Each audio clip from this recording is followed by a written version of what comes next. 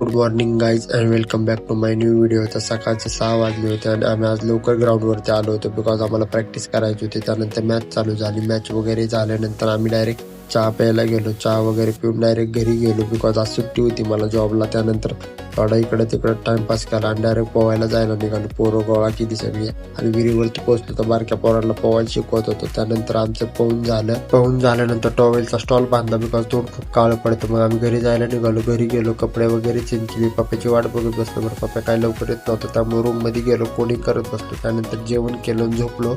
संध्याकाळचे 6 वाजले आहेत त्यामुळे फ्रेश वगैरे झालो, कपडे वगैरे चेंज केले आणि डायरेक्ट खाली गेलो मित्रांमध्ये.